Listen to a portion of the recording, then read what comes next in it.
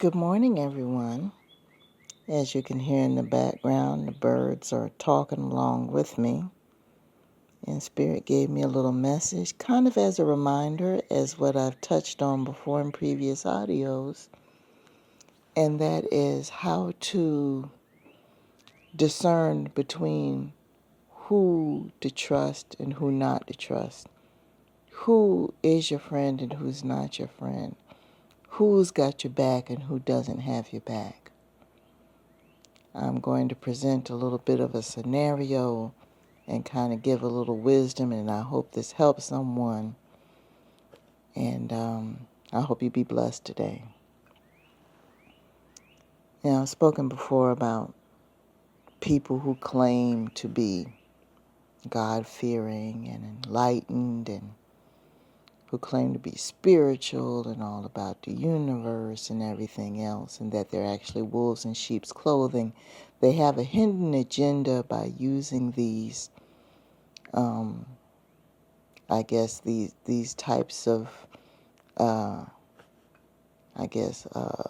presentations to kind of lure people into their corner to help them further whatever selfish needs that they have.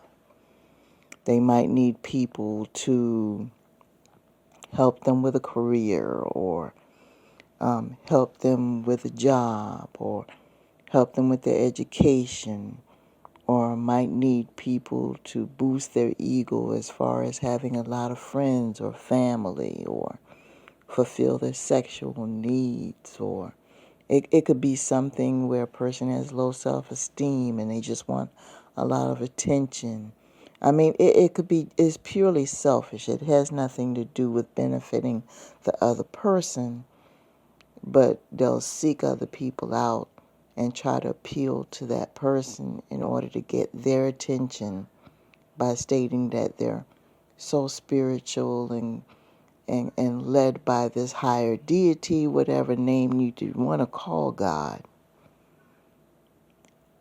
And in actuality, they really don't care about this person. They have selfish intentions. And the way a lot of these people do this is that they go around all day long just talking about how great the higher power is and how blessed they are and how wonderful everything is. But when it comes right down to it, and when the rubber meets the road and it's time to actually act the way that God acts as far as helping people, they don't do it.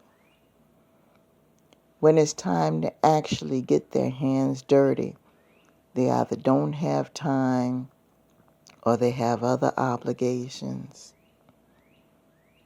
or they don't have the means. Every single time, it's a problem. And it's sad. And some people pick up on it and some people don't.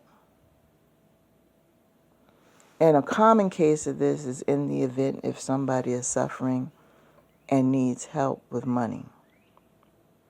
On many occasions in the past for myself, and I've heard stories from other people, they've had people in their lives that might have been doing a little bit better financially than they have. And a person might have fallen on hard times and have gone to this person who claims to be so spiritually connected and spiritually blessed and preaching, how God has blessed them and this, that, and the other. And this person who's fallen on hard times has gone to them and asked for help. And every time they have gone and asked them for help, that person would have an excuse as to why they can't help them. And that person will go ahead and move on and say, okay, I understand. And they would accept the excuse, not putting two and two together about the fact that this person is lying to them. Because they're under the illusion that, okay, well, maybe they're telling the truth as to why they have this why they can't help me, because, they're God-fearing, they got a great job, great home, and everything else. So maybe that's the reason why they can't help me. Maybe they can't help me because they got their money tied up in this, or they can't help me because it's that and the other. And the truth is that they're lying. They're lying. And the sad part about it is, People, when you get a blessing from God, sometimes there is an opportunity later on where you are able to bless someone else with what you're blessed with. And it's a test to see if you value what you have from your higher power. And if you fail that test by not helping someone who is truly in need, you run the risk of losing what you are blessed with. And I mentioned this in a previous audio. And a lot of people aren't getting that connection. They don't get it. Let's say, for instance, you've been asking God for $100,000. Okay? Just throwing the money out there. Oh, I wish I had $100,000 in my bank account. I wish I had $100,000 in my bank account. So that way, if I had it, I'd be able to put my 2 kids through college. I can have that set aside. That's set aside so when they get ready to go to college in a few years, they can go. And I won't have to worry about the first couple of years of college for them, blah, blah, blah, blah, blah. It's there. You're good. 6 months later, you realize your cousin lost their job. They were laid off for no reason. They run the risk of homelessness because everything is just piled up. The marriage is in trouble, kids suffering, and everything else. You know this for a fact. This person has worked hard, has done everything right, and has never been a burden to anyone, but they're in financial need, and you know they need help. They have never been a problem to anyone before, has never reached out to anyone before for any help. And you know they need help, and they come to you for help. All they need is, let's say, just a random number, $1,500 to make it through the month. Okay? They have maybe a temporary or contract job or something coming up, and they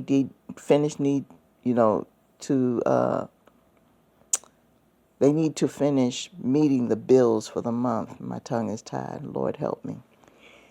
And they need another $1,500. They've scraped up everything else they need for the month, and they just need another $1,500. Now, mind you, you got $100,000 set aside, and you could take out a small withdrawal against that. You immediately say, oh, my money's tied up. I got all these bills paid and everything else. But, God is good. And I think what I'll do is, I know some churches and some organizations that might be able to help you out. So, here's a couple of websites and some phone numbers. Now, let me tell you something. This person probably has a bill that's due in maybe 1 or 2 days. I have nothing against websites and organizations that help people. I think they're wonderful. But people, let's be realistic. We're living in some very hard times right now. And in the average sitting that you have organizations that offer help, they're probably overwhelmed right now. They're probably overwhelmed with people who need help. And 9 times out of 10, if you give a person a phone number or a website for some funding, it's not going to be received within the time frame that they need the money. They probably need the money within 48 hours, and 9 times out of 10, they're not going to get approved for that money. And if they do, it's a process. They're probably under the gun, and they're probably asking you for something that is due right away. So you probably gave them the wrong response. And I understand where you're coming from. If you didn't have the money and you gave them this information, fine. But you're sitting on it. And see, this is what gets next to me. Some of you have already been blessed with these resources. You talk about how great God is, and you run into the church and you're preaching to everybody else about how they need to get where you're at and how they need to get saved and or if you're not in the church and you believe in the universe and, the spirit guides and all that stuff, and you got your spiritual connection that way, you're busy, on social media and in chat rooms and everything else, trying to tell everybody how they need to get connected because you've got yours. But when an opportunity comes up and you can help somebody in need, the first thing you want to do is you want to push them away by referring them to some website or phone number, knowing full and damn well that you've got those resources, you could help somebody. That's the problem that I've got with you. Now you tell me, what kind of help is that? And you actually think in your mind that you're helping somebody, and you're not. You blew them off. That's not help. You blew them off. Now it's different if you didn't have the resources yourself and you gave them the information, that's fine. But you've already got it. And for a lot of you, if you had $100,000 and you saw somebody that you knew could make good use of that money. I'm not talking about folks that are constantly begging all the time and are lazy and don't want to do anything or anything like that. I'm talking about someone who is trying to make it and who fell on hard times. And that you can help them. And you chose not to help them. You actually believe in your mind by throwing phone numbers and everything else and telling yourself, well, I'm not going to give away my blessing that God gave me. See, what you're doing is you're rationalizing your way out of trying to help somebody, and that's wrong. That is wrong, people. So I'm going to tell you what the consequences of that is. You've deluded yourself into believing that you actually help somebody by doing something like that, knowing that you were sitting on the resources. So you've deluded yourself into believing that you've helped somebody. So fast forward to a couple of weeks later. Let's say that you did some side work or something for somebody, a contract, or you worked on a project or something, and you were supposed to get paid on a certain day, and you were looking to take care of something or go on a vacation or whatever the case may be. Guess what happens? You don't get paid for whatever reason. Your money gets delayed, or you get underpaid, or it could turn out to be a scam and you don't get the money at all. You got to chase somebody down. You got to litigate or whatever the case may be. Do you know what happened? Do you know what happened? Because I'm trying to make you understand how things are interconnected in this world. That's your punishment for not helping somebody who needed it a couple weeks before. That's that $1,500 that you could have used to help somebody else. That's the money that you could have got on time for the project that you were working on. You're not going to get it now. You're not going to get the money that you earned. That's your punishment for not helping the person who needed it in that other situation when you know you could have. This is how things are connected in the universe. I'm trying to make you guys understand this. So when you refuse to help somebody in one area and that one opportunity, you might be ruining another opportunity that you might be involved in and that what you might be seeking, or something that you're praying for. It might not come through for you. Something that you might want might not come through for you because you refuse to help somebody who is in need that you knew that needed help, and you refuse to give them help. So with that being said, I kind of hope this helps someone. So for those of you that are in the habit, because some of you are in the habit of doing this, and it all boils down to simple greed, because that's all it is. You're being greedy.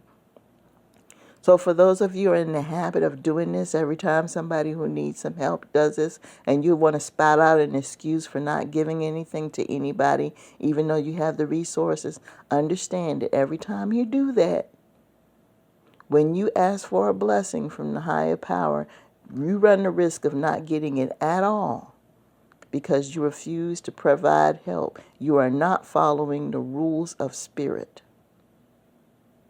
Open up that Bible, open up that scripture, or open up those rules, those spiritual rules that you claim to follow due to your spiritual or religious beliefs,